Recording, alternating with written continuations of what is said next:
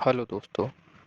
आज हमने जो है निफ्टी निफ्टी 50 में भी ट्रेड नहीं लिया है और बैंक निफ्टी में हमने सुबह सुबह एक एंट्री बनाई थी। तो आज 145 जो स्ट्रेटेजी है उसका अनुसार ट्रिगर मिला था, लेकिन हमने एंट्री भी ली, लेकिन उसको हमने होल्ड नहीं किया। उसका मैं आपको रीज़न बताता हूँ आगे, लेकिन आज हमारे ट्रेड्स की बात कर लेते हैं।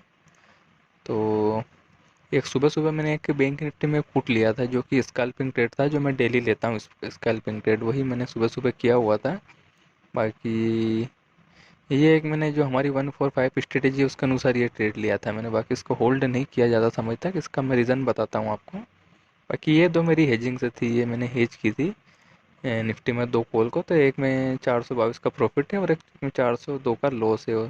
तो ओवरऑल मिला के जो है ये प्रॉफिट है आज का हमारा 1072 रुपये। ठीक है, तो मैं आपको जो है निफ्टी की पहले बैंक निफ्टी में बताता हूँ मैंने क्या कैसे क्या बाय किया था।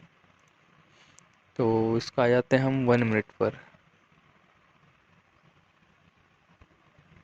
ये 1 मिनट पा गई। ये मैं स्कैल्पिंग डेली करता हूँ, छोटे छोटे से ट्रेड जो है मैं लेता रहता हूँ। अब ये मार्केट में पहली कैंडल बनी साइडवेज जैसी, इसमें किसी प्रकार का डिसीजन नहीं हुआ। दूसरी कैंडल भी यहीं पर बनी, लेकिन ये इसके 50% के ऊपर क्लोज नहीं कर पाई। तीसरी भी यहीं बनी, चौथी भी यहीं बनी, और इसके लेकिन इसके 50% के ऊपर कोई क्लोज ही नहीं कर रही थी। इसका मतलब था कि मार्केट बेरिश हो सकता है, यानी बुलिश होने की संभावना कम है मार्केट की। अगर मार्केट को बुलिश होना होता तो यहाँ से ऊपर जाके कंसोलिडेशन करता। ऐसा नहीं हुआ, तो उसी समय हमने जो है यहाँ से एक एंट्री बनाई थी इस कैंडल के लो के नीचे 918 पर, और जस्ट थोड़ा सा ही हमारा एसएल था यहाँ पर। बाकी जैसे इसके नीचे आया मार्केट, दो कैंडल बनी, और जैसे इस कैंडल में यहाँ तक आया मार्केट, हमने हमारा ट्रेड जो है एग्जिट कर दिया जैसे यहाँ से रिजेक्शन मिलने लगा। क्योंकि मार्केट का मेजर जो ट्रेंड है ये तो बुलिश है, तो हम बेरिश ट्रेड नहीं ले सकते इसके अंदर में। बाकी ठीक है, हमने एक स्कैल्पिंग की छोटी सी, ठीक है, उसमें हमारा जो है काम हो गया।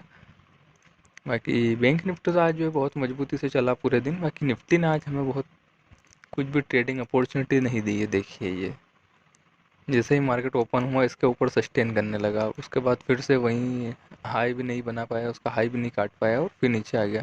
फिर पूरा दिन कंसोलिडेशन किया और लास्ट में एक रैली की है इसने। बाकी हमारी जो स्ट्रेटेजी है उसके अनुसार हमें ट्रिगर मिल रहा था, वो मैं बताता हूँ आपको। कॉल में एंट्री मिल रही थी। ये पुट सिलेक्ट की थी हमने सुबह, और ये जो है कॉल सिलेक्ट की थी। ये मैंने टेलीग्राम ग्रुप में भी जो है शेयर की हुई है। तो इसको हम देख लेते हैं कहाँ हमने एंट्री बनाई थी और क्यों हमने एग्जिट कर दिया उसको। जस्ट मैं ड्रॉ करके दिखाता हूँ आपको।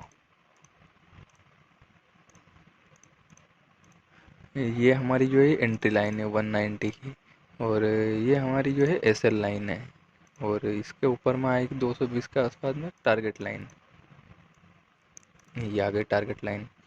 तो हमने यहाँ पर जैसे ही मार्केट वन में इतना चलता हुआ आया था, हमने देखा यहाँ पर इसको कहीं सिलेक्ट किया था। जैसे ही मैंने इसको ओपन किया मार्केट यहाँ से तो सीधा यहाँ तक की कितनी 45 पॉइंट के मूवमेंट रेगुलर देता हुआ आया था, और यहाँ कंसोलिडेशन कर रहा था। उसी समय इस कैंडल सस्टेन नहीं हुई। मैंने इसको छोड़कर जब ये सस्टेन हो गए तब मैंने 193 पे एक एंट्री बनाई थी यहाँ पर।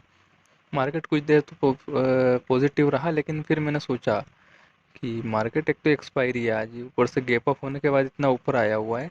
तो मुझे लग नहीं रहा था कि ये और ऊपर जा पाएगा, क्योंकि यहाँ से इतनी मूवमेंट जो है मार्केट ऑलरेडी कर चुका था।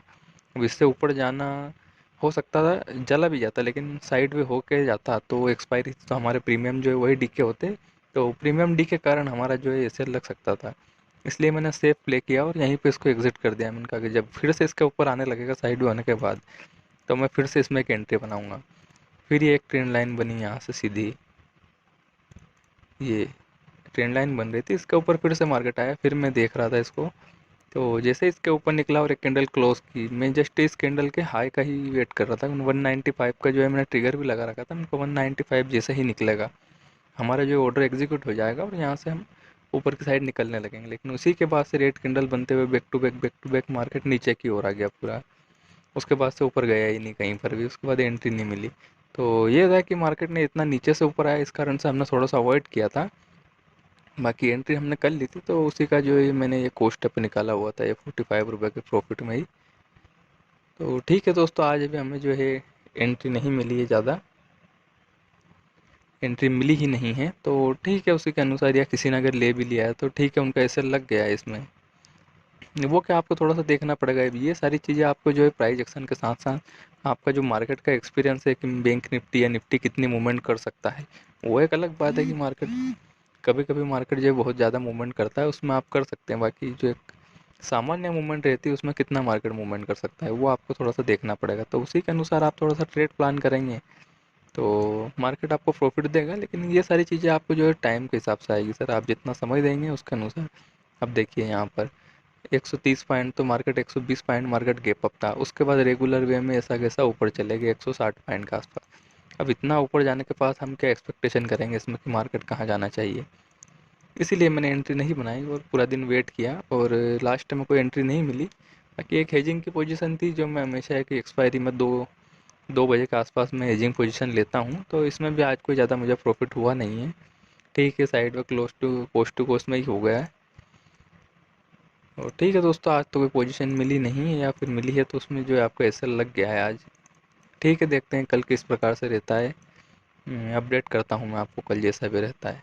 Okay, thank you.